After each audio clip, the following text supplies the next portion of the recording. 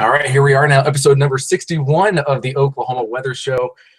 End of July. Usually this is the hottest time of the entire year. Brad and I are really kind of talking a lot about Oklahoma weather today because, Brad, what's the temperature right now at your house? Control a growling dog. What is he You got a growling growling at? dog out there? Yeah, I don't know. He's just staring in the backyard. He's been barking at the cicadas. Now, I saw a cicada for the first time yesterday. They finally came out. Did you? Yeah, I've seen one fly through the air in the backyard. You hear them all the time, but it only takes one or two to stir up the whole area. You asked about the temperature. You know, here at the house, I've got 92 over 72. Look at this, though.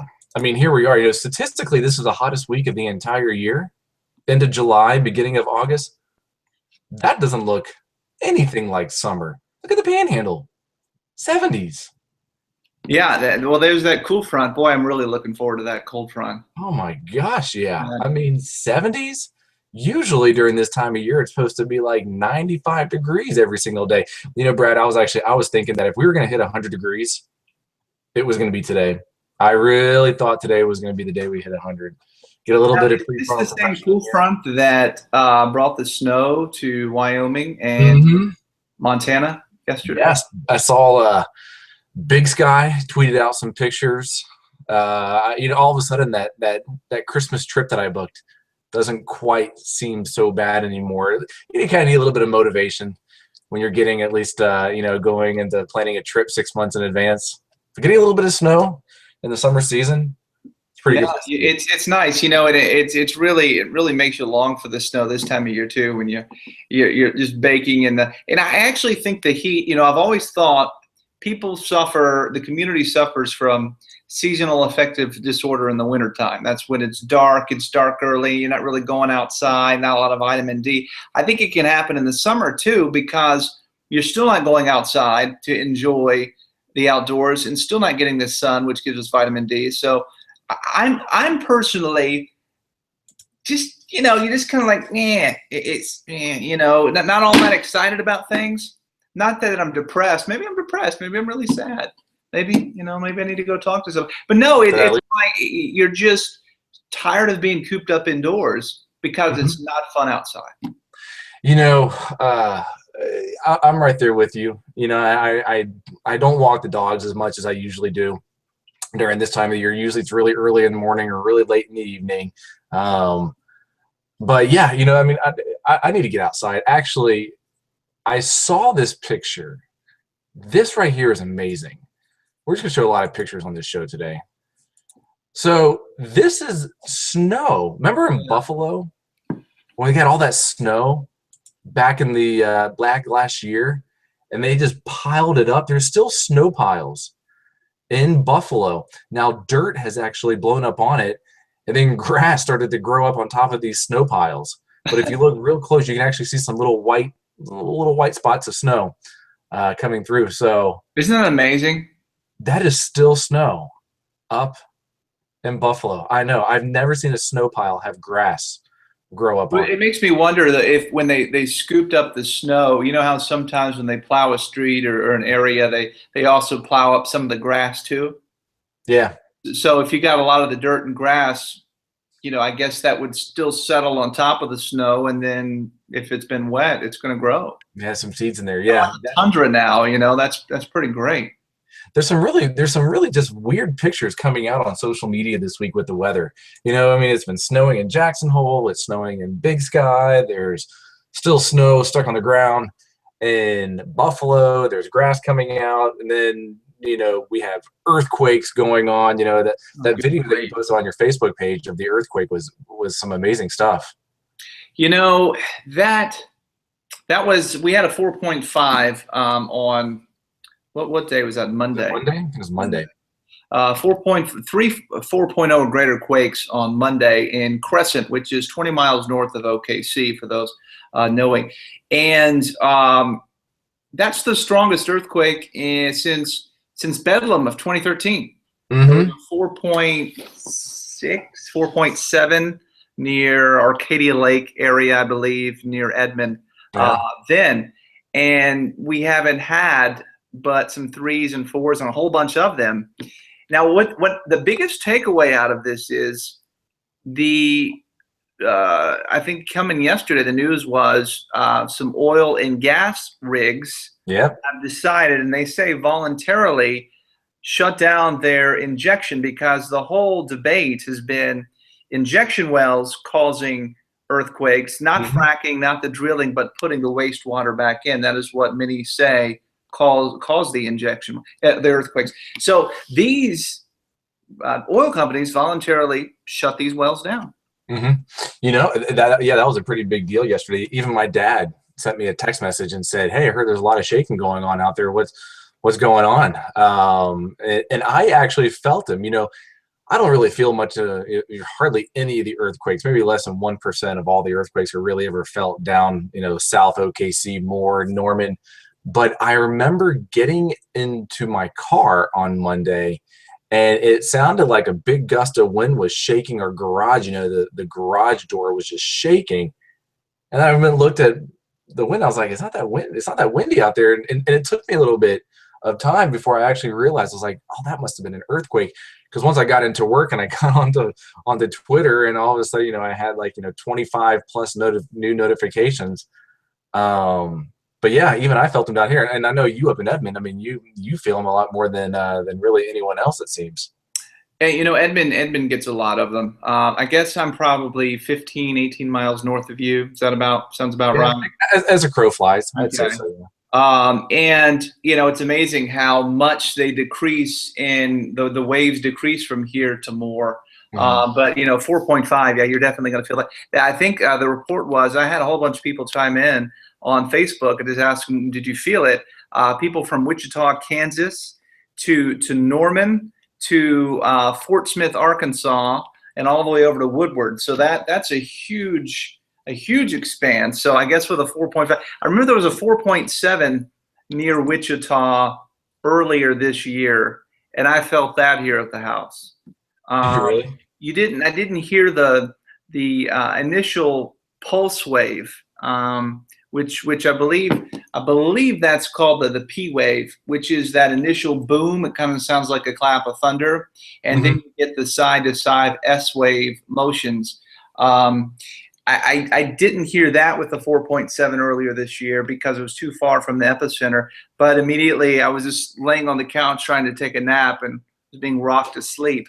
And like, well, the couch shouldn't be rocking. But it's, you know, over 500 3.0 or greater quakes in Oklahoma this year alone. And we're more than doubling last year, which was the busiest year ever for earthquakes. Yeah, we're way up there. And even if you look at today's, I'll do a screen share here of what we have today. Today's been kind of quiet. Only two, well, I guess really just one Oklahoma quake, which once again, you can see it's right near Crescent, which is where all the other ones were yesterday or 2 days ago. One right over the border, Caldwell, Kansas. This is a new one. I'm not used to seeing them down here, down outside of Snyder, Texas, 21 kilometers north of Snyder, so kind of on the road there up towards Lubbock. And then here's one. Now this right here is actually this one that you see in Tennessee.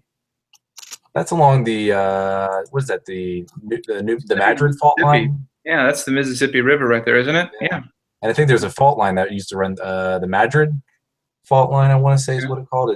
But it's, you know, and you're showing 2.6. You know, a lot of times we're not even counting them unless they're 3.0 or greater, because unless you're sitting on top of a 2.8, you're not going to feel it. As a matter of fact, actually, if you look at the earthquake reports that we had on Monday, we make a big deal out of the 4.0s plus, but there were a lot that day that were in the 1.5, the 2.5 range, which only probably your dogs will probably be able to sense those. So does your dog get a little? You know, he has only gotten disturbed twice by quakes. Usually, if it's just a 3.5 or whatever, he just kind of, you know, he'll look around and be like, "What's that?" But you know, on Monday he was barking, and I had to be like, "Hey, dude, it's all right. You know, just chill. Come." You know, it really freaked him out. So yeah, I mean, it affects animals too. Melissa said talk about, you know, dogs running away with fireworks. I bet some people have lost their pets because of quakes. Oh yeah, for sure. Melissa said it sounded like someone had turned up the bass in a car really loud coming through, and that's what it sounded like even down here. I don't know, exactly what they sound like up there, but you know how you hear someone kind of thumping some bass going down the street, and that's exactly what she said it sounded like here. So, they used to be a really big deal, even in the news. We used to cover every single earthquake when we first started having them, and now it's kind of oh well, we'll only cover it if it's over a 4.0, Right. So Yeah, it's so true. It's just the way it's been. I think I was looking at the numbers. I'm big on these earthquake numbers, and there's been 16 4.0 or greater quakes this year in the state. And last year, the total was 13 for the entire year. So we've had 16 for the first 7 months of this year, 13 all of last year. In 2013, there were four. There were four in 2013. In 2012, there was one.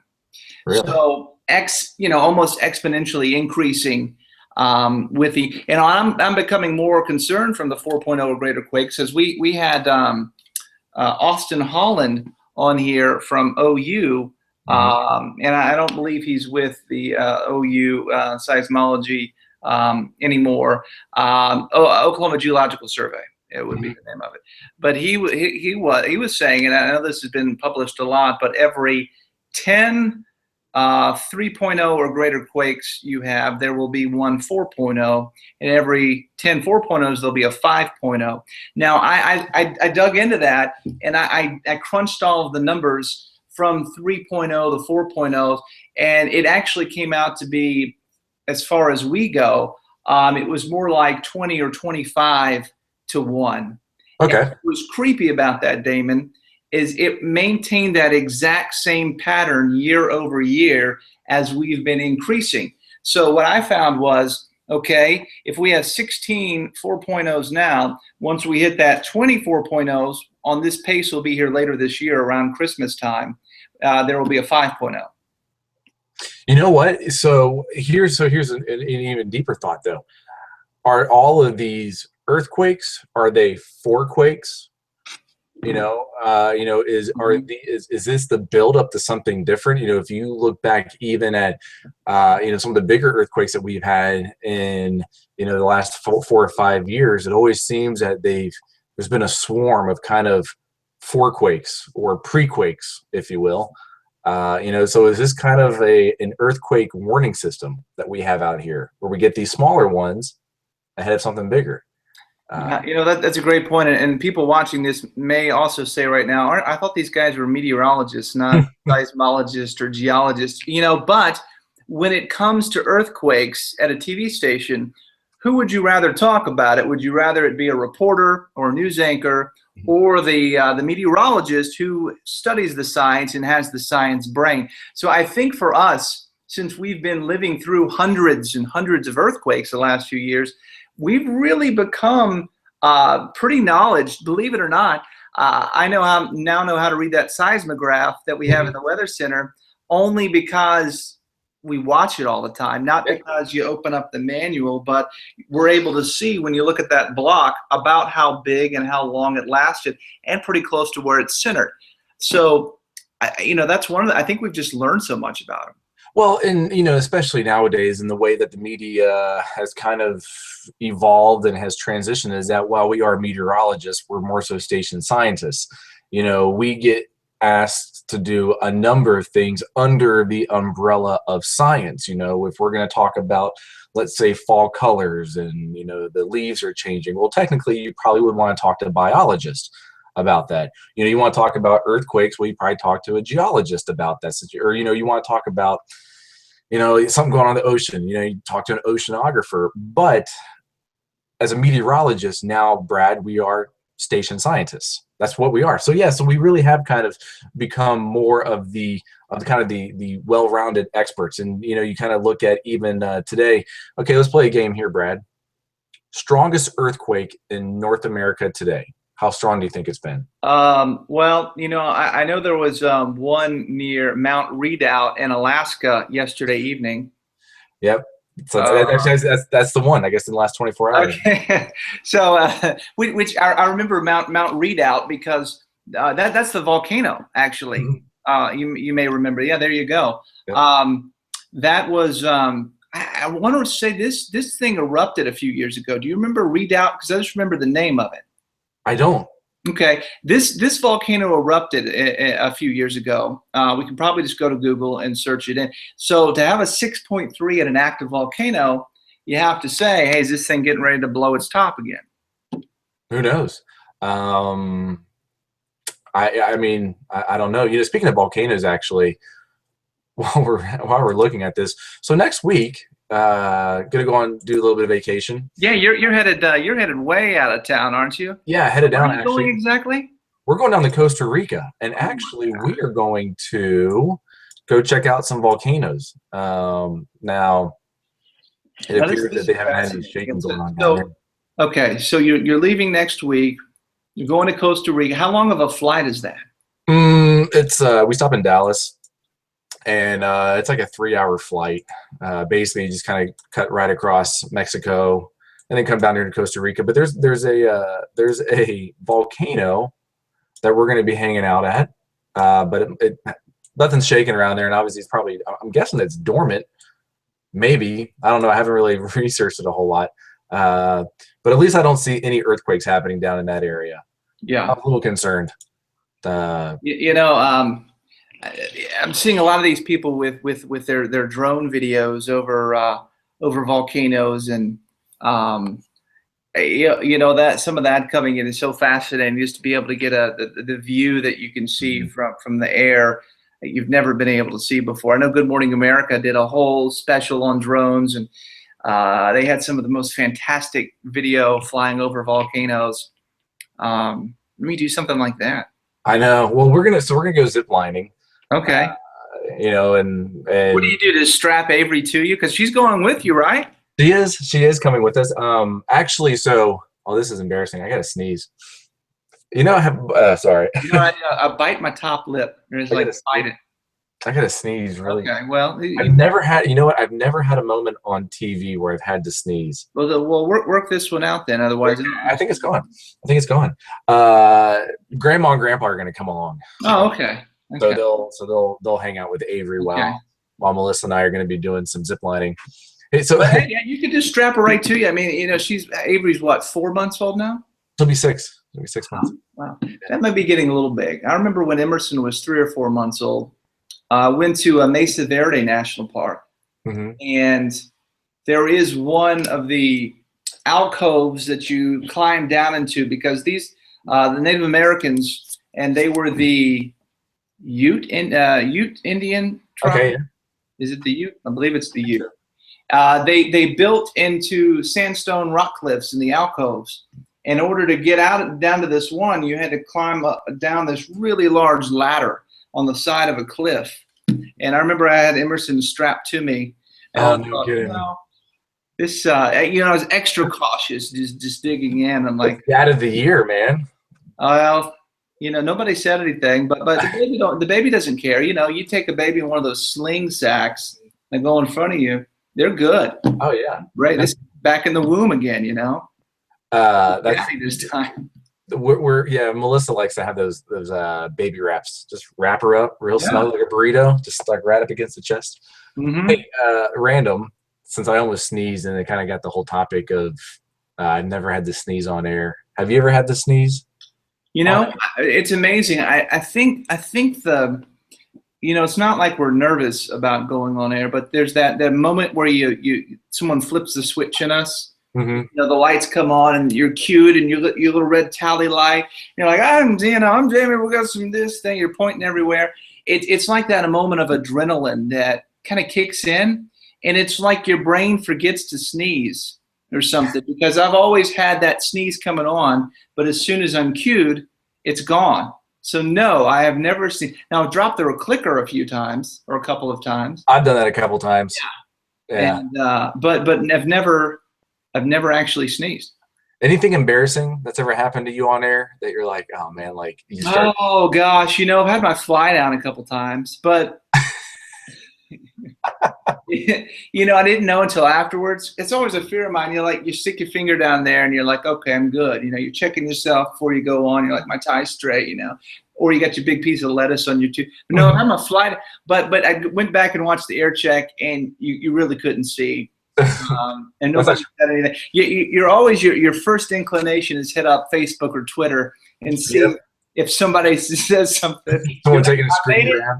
I made it. There's no comments. It's good. Nobody saw it. It's funny you say that, actually. It's about 2 years ago, and we were doing, it was like 11:30, almost midnight. It was kind of in that zone where you've been doing weather cut-ins all evening. I guess I had gone to the bathroom and I came back, and my fly was down, and I did a cut-in, and then Jonathan Connor goes, "Damon, your fly is down," and I was like, oh my goodness. I was like, so, you know, so he saw it. So he saw it. So I'm like, well, maybe no one was watching. So yeah, so I go on Facebook, and it's pretty quiet for about a minute or two. Like, I got it. And then the very first message comes in.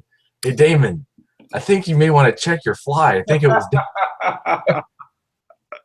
I only got one. One message. Yeah. So did you delete the comment? Did you just let it ride? I let it ride because I sometimes wonder, like, what's the ratio of people that comment versus people that actually saw it? Like, you know, if you get let's say you get a nasty gram, you know, someone just sends you a horrible email. Is it like, for every bad email that you get, does that equal like 10,000 other people are thinking the same thing, but no one had the guts to actually email you? Like what's the ratio? It makes you wonder, because, you know, I know personally have watched television, and you start yelling at the TV for whatever reason. Maybe you're watching your favorite sports program or whatever it may be. I would never take the time to write that person. I wouldn't either. You know what? You know, why would I do that? And so, it really makes you wonder who takes the time to call out somebody they have no clue. You know, they think they know them. Mm-hmm.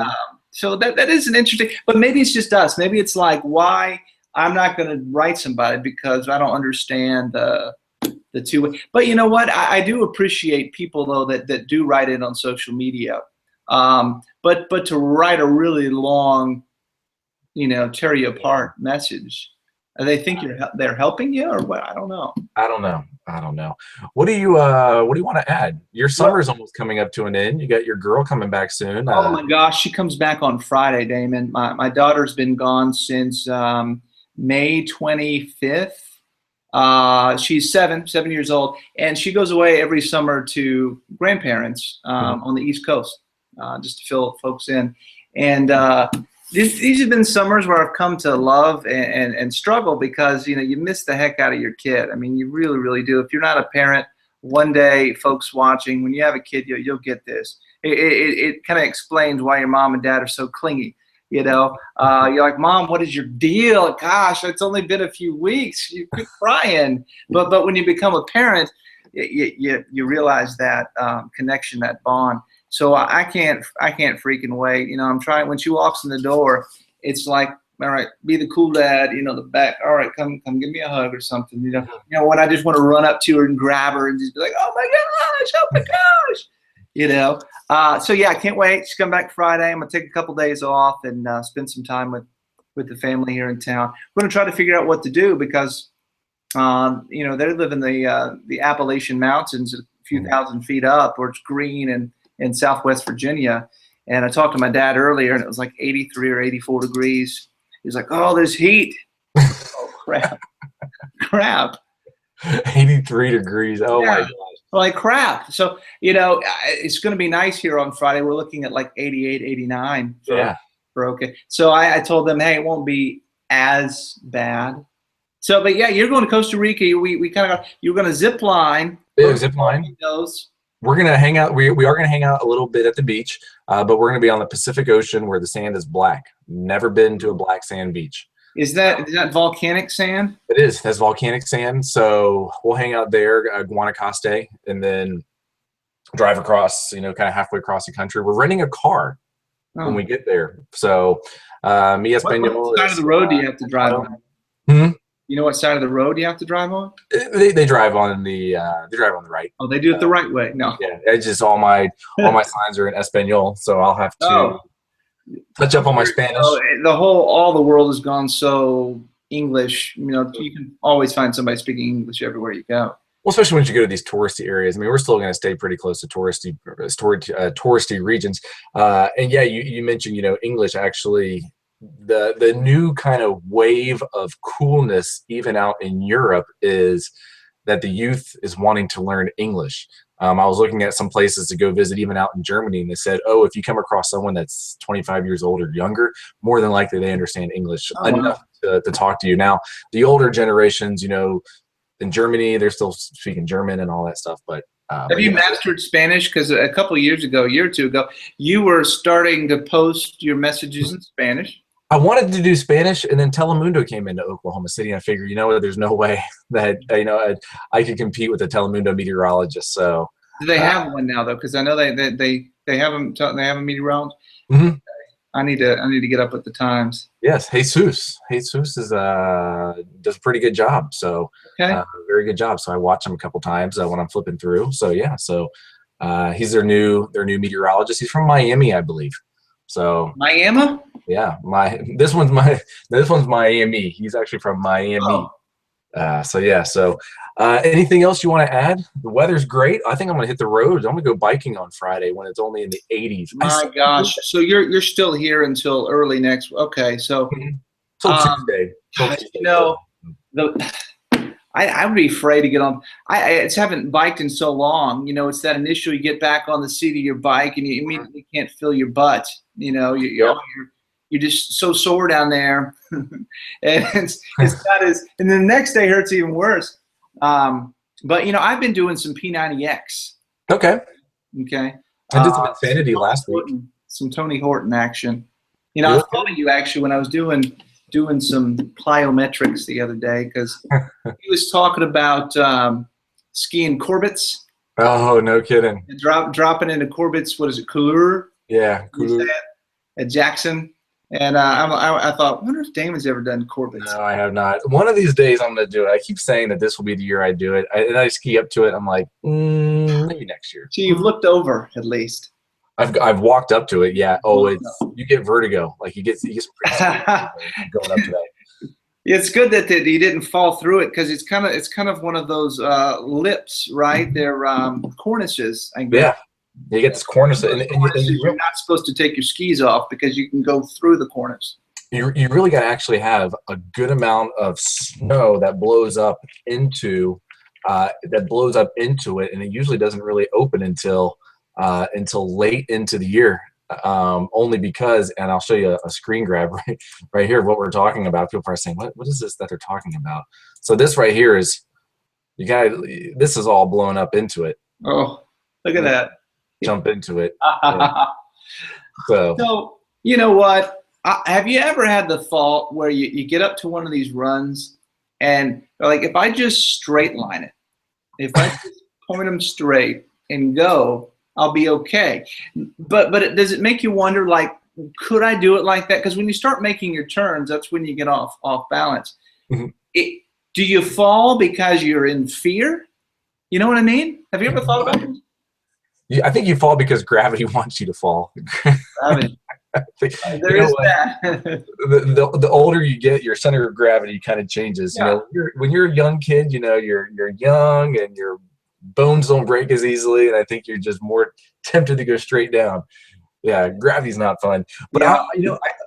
I'm excited for this week. I really am excited for this week because this is that week that I think every meteorologist in Oklahoma just kind of you love it, but you hate it. You love it because you're not tracking crazy severe storms and you're not at work for 80 hours in 1 week. But at the same time, you hate it because it is just so hot. It is so miserable. And so the fact that we're only in the 80s at the end of the week, this is statistically the hottest week of the year. Brad, starting on Sunday, our average temperature begins to fall. Really? Yeah, it's Sunday. Wow. So we reach that pinnacle on Friday, Saturday, and Sunday when our average temperature is at the peak it's going to be all year long. And then it starts to fall. So going into next week, beginning of August, we start to watch that transition. And then 1 month from now, our average highs are only in the 80s. Oh, that's beautiful. That's great. I'll be, once we get back down to mid 80s, low 80s, I can get outside again. Actually enjoy mowing the grass. I'm mowing the grass every 3 and 4 days right now, just because if it wait any longer, it just gets too clumpy, and I don't like to bag the yard. I like to try to mow it and leave the clippings. But you can't do that if you wait more than 3 or 4 days. You got to bag it. But, I waited 2 weeks, buddy. What's that? I waited 2 weeks to mow. It probably took you double time to mow too, right? Yeah, you could bale hay in my yard. You really could. Yeah. I've turned into kind of the lawn. I'm trying to keep up with the Joneses in my neighborhood. If any of the neighbors are watching this right here, yes, you inspired me to do more. Because when I moved into this house a little over a year ago, there were more weeds than grass in the yard. And so Stay green in the wintertime. Yeah, what's that? They stay green in the wintertime. Yeah, that's true. That was the problem. Everybody else had this golden yard in the winter, and mine was green. I was like, this isn't supposed to be this way.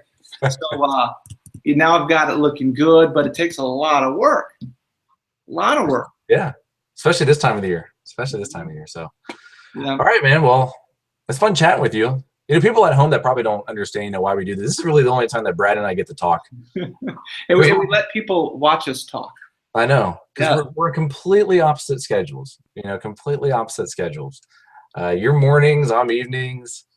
I'm going to bed as you're waking up. It's tough Vice versa. with the spouses too, right? I mean, my wife gets off of work at 5:30, 6 o'clock. At 6 o'clock, I am hoping to be asleep at 6, not because she's getting home, but I get up at 2 in the morning, and I try to get at least 7, 8 hours of sleep, and that's the only way I can do that. So I couldn't do that on weekends, and then with you, of course, Melissa, she doesn't work, fortunately. She does. Well, she does. Well, She she's does a lot of work. She's She working. does all the work here in the house. So, but when I was on your schedule, I couldn't sleep at like in 4 hours. I was like sleeping like a baby. You did. You slept like a baby. 4 hours. Oh. Yeah. The dogs in my house are going crazy now because your dog is barking. Yeah, let me yell at him here. Yeah, I muted the mic so that I could yell at him. Well, hey man, good catching up with He's you. barking at the joggers and the people out. Get Anybody right that on. walks up and down the road just wants to bark at him. We'll take next week off, but when we come back, we're gonna have to start analyzing this new TV reality show called America's Next Weatherman. Have you seen this? I've seen the promos basically on the Facebook. Has the show started yet? No, it airs next Saturday. Okay. And I happened to catch an interview this morning with Jillian Barbary, who is one of the hosts. He's in California, right? As a LA meteorologist? Yeah, I think so. And they did some interesting things that aren't quite really broadcast meteorology centric, but let's just say she mentioned that they had to do a weathercast with a bunch of cockroaches all around them. Well, I'm wondering if this isn't getting back into like the fear factor. You remember that? I remember Fear Factor. Yeah. I watched that show a lot too. Yeah. I would never do anything that they had to do, like lay. Yeah, they'd be like, "Here, you want to drink this?" Everybody like, "Well, what is this?" Why don't you lay in this cage? brain, While there's snakes slithering all over you. Yeah. Well, good catching up. Get some rest. Yeah, man. Gotta get some house. It's amazing how you always have to